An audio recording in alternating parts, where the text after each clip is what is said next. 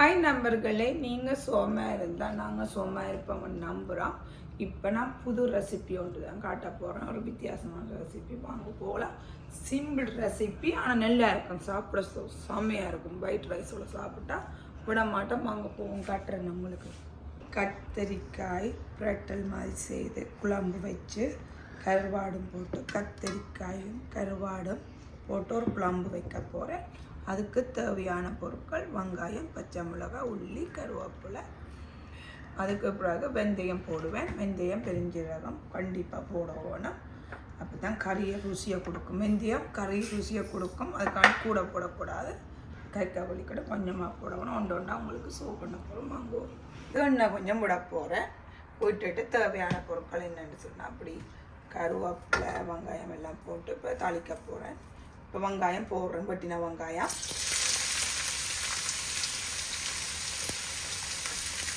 தாளிக்கட்டும்.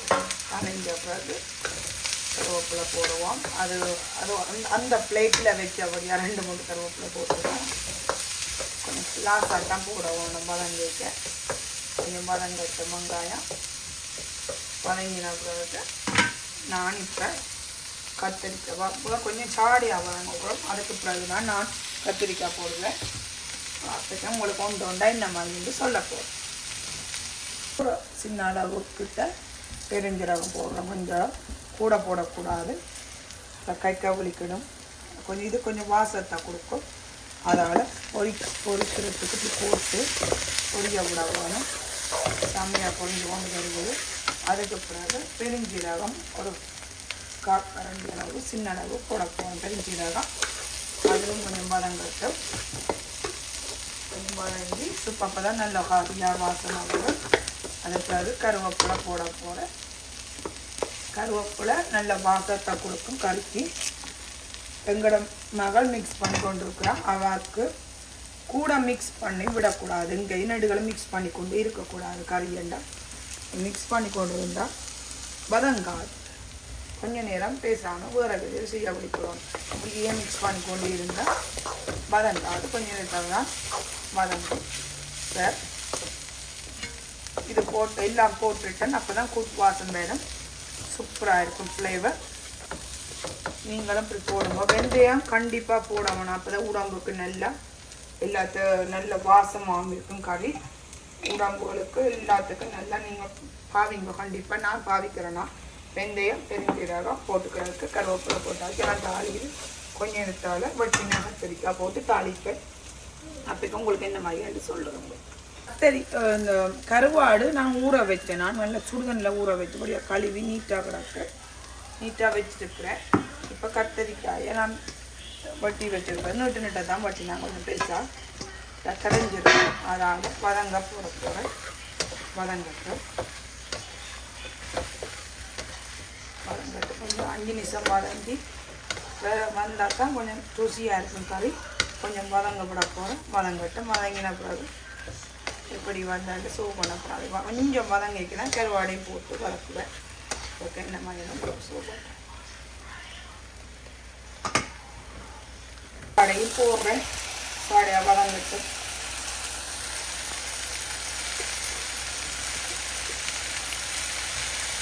கடையில் போட்டு வதக்க போகிறேன். கொஞ்சம் இன்றைக்கு செம்மையாக இருக்க போகிற கருவாட்டு கறி ஒயிட் ரைஸ் பருப்பு கறி ரெசிபி போடலாம். போடலாம் இங்கே வருங்க. ஏன்னா பருப்பு கறி நான் சொல்லலாம் உங்களுக்கு தெரியும். அதனால் நான் இது வித்தியாசமாக செய்து காட்டுவோம். எந்த முறையில் நான் செய்து காட்டுறேன். ஒவ்வொரு நாளும் ஒவ்வொரு மாதிரி செய்வேன். இப்போ எனக்கு பிடிச்ச மாதிரி நான் செய்கிறேன். சிம்பிளாக தான் இன்றைக்கு சமைக்க போகிறேன். இன்றைக்கு பிடிச்சா அடுத்த நாள் உங்களுக்கு இன்னொரு ரெசிபியோட சாப்பிடலாம் செய்து கொடுக்க போகிறேன். சூப்பராக இருக்க போகிறேன். எந்த பிள்ளைகளுக்கு விருப்பம் வந்து நான் சின்னல செய்தனா இந்த வீட்டில் நான் விரைக்க சமைச்சு கொண்டு வந்து நாங்கள் அந்த பழைய வீட்டில் இருந்து விரைக்க சமைச்சு கொண்டு கருவாட்டு கறியும் கருவாடும்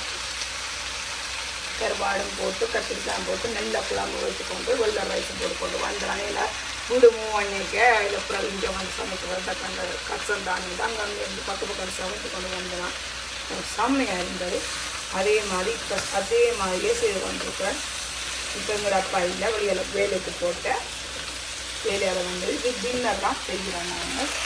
டின்னர் இப்போ நான் இந்த கப்பில் நான் ரெண்டு கப் அளவு தண்ணி விடுறேன்.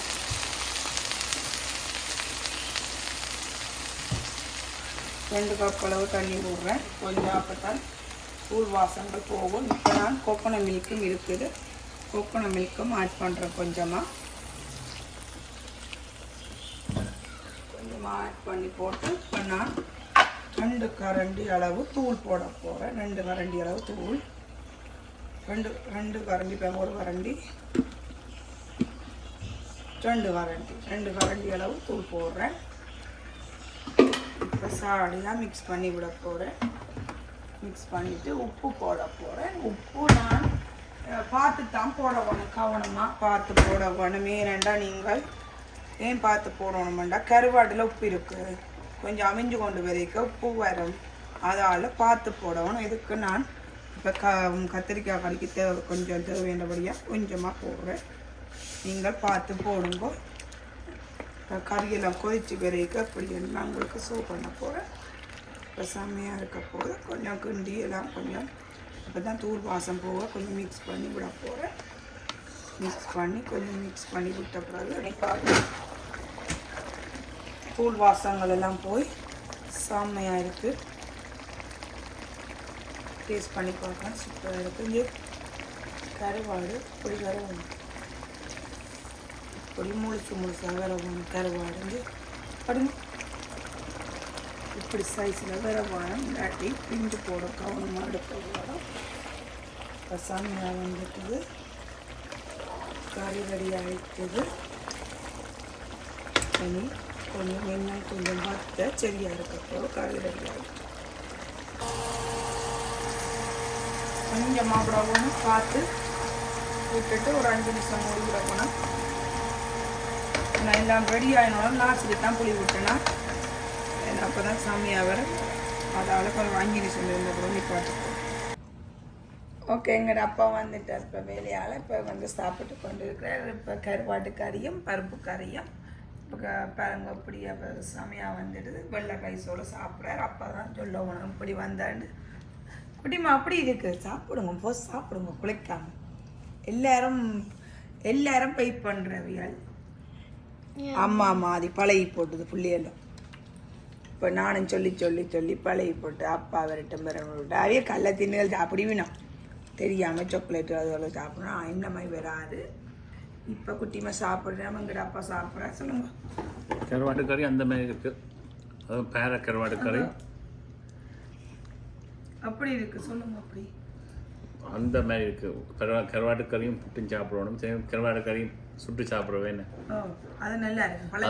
அதோட நல்ல பழஞ்சோறில் சாப்பிட நல்லா இருக்கும். ஊரில் இங்கே ஊருக்கு போய் அம்மிச்சம்பளோட சாப்பிடாம அம்மா பிக்கும் கருவாடு சுட்டு சாப்பிட பிக்கும்.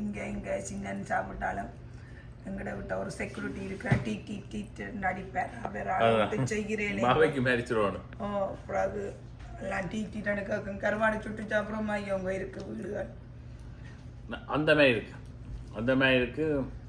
Please subscribe and like. Bye.